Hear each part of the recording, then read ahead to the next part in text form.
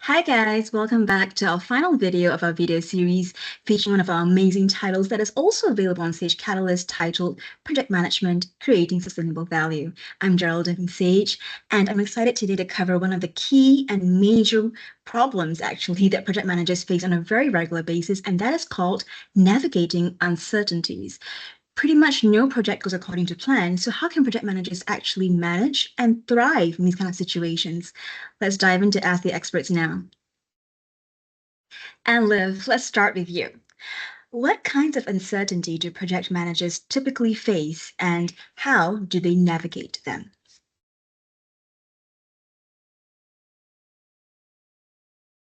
There is no project without uncertainty.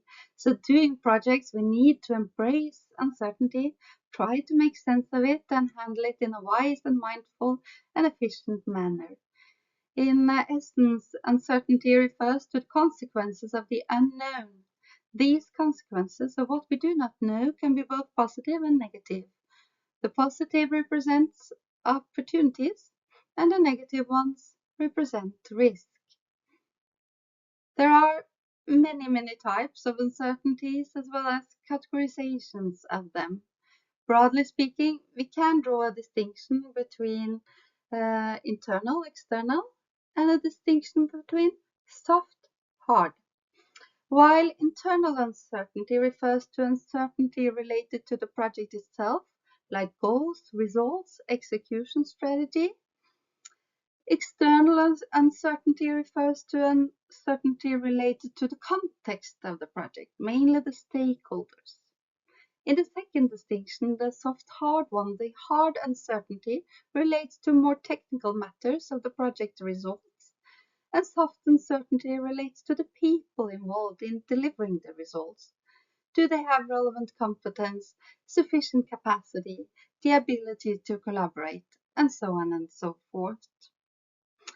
So that's some examples of distinctions we can play around with to identify, analyze, and make sense of uncertainty.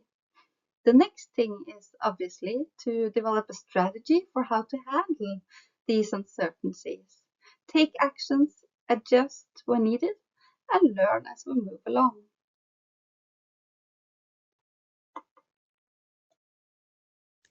Torgeir, you've worked with tons of innovative projects that are just filled and surrounded with uncertainties. How do project managers effectively manage those situations?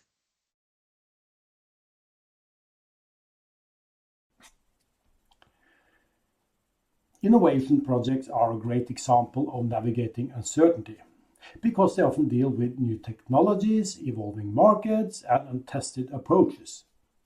Furthermore, an innovation project where sustainability is an essential part of the project requires dealing with uncertainty at many levels and active stakeholder involvement from customers and partners. One example we share in the book is an initiative aimed at reducing plastic waste. At the start, there was significant uncertainty, both in terms of technology and market acceptance. The team had to iterate constantly with experimentation and feedback from customers and partners.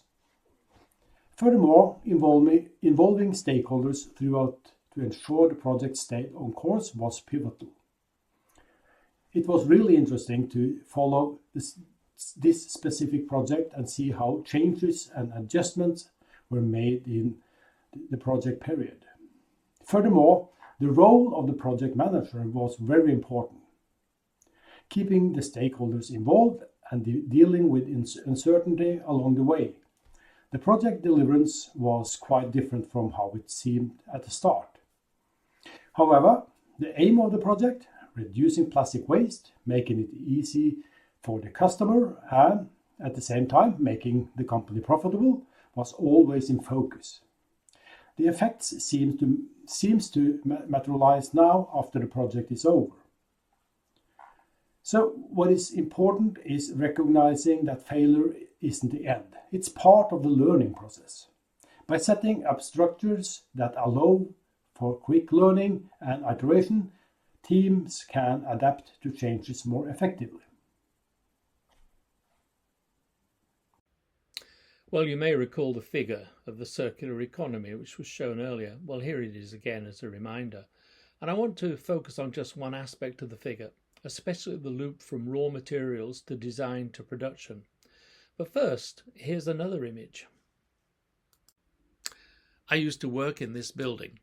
It's the Frank Gehry designed University of Technology Sydney Business School. This is an image of its face, its front face, its facade.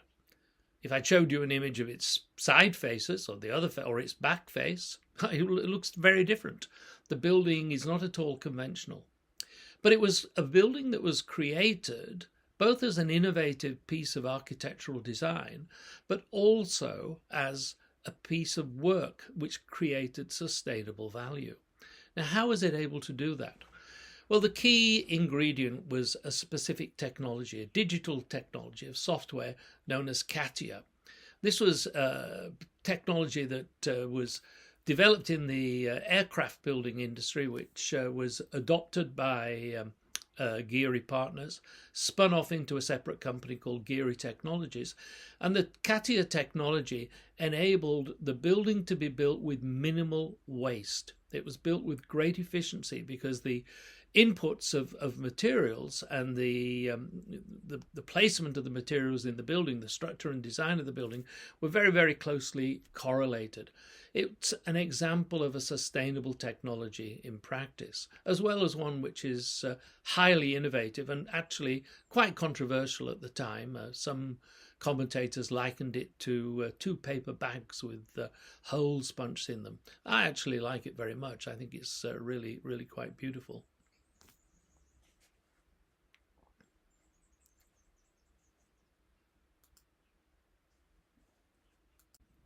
Design was absolutely essential to the success of that building project and others that Gehry partners have been involved in. The technology, CATIA, as I said, came from the aircraft industry. It was actually initially used by Dassault, the aircraft company. They designed the Mirage fighter jet using that technology. Subsequently, Gehry partners have designed this building and others, such as the Bilbao Guggenheim. Now, not only does this building information technology allow for beautiful designs, as I've said, it also keeps costs down by providing precise estimates of materials. It reduces waste by about 33%. Clever design, aided by technology, can achieve this accuracy and be more sustainable by wasting little in the process of production. The design went through many iterations. Gehry's team first made a physical model of the building before scanning it with the digitizing wand.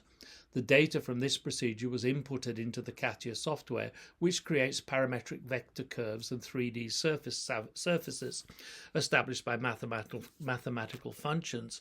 And these enabled the Gehry team to manipulate the model's information until it reflected a real and accurate scale.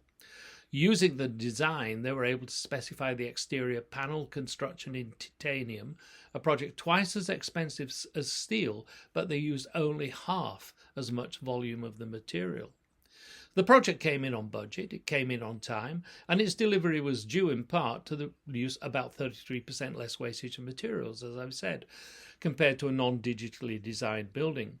Gehry Technologies developed a process whereby 3D models of a project can be worked on by multiple companies working on the same project, able to communicate through the software without having to download any large files, and saving any changes made to the 3D model within the program's cloud for collaborators to view. And it's through the fusion of design and digital that in the future sustainable value can be delivered. Thank you all for joining us on this video series featuring one of Sage's titles, Project Management, Creating Sustainable Value. We hope that you found all the insights that you gathered over the past 4 videos insightful and helpful and ready to help you take on project management with a brand new mindset. If you ever want to dive deeper into any of the topics, feel free to get a copy of the title. It's available via sagepub.com and also a title available on our Sage Catalyst collection. The book is really packed with tons of practical tools, case studies, and strategies that will help you manage uncertainty, create lasting value in your projects, and just really so much more. We'd love to hear your thoughts in the comments below, so feel free to leave any questions or just a shout out to us. And stay tuned for our future videos featuring even more of the great content we have from Sage. Once again, I'm Geraldine from Sage, and thank you for joining me on this video series. I'll see you again next time.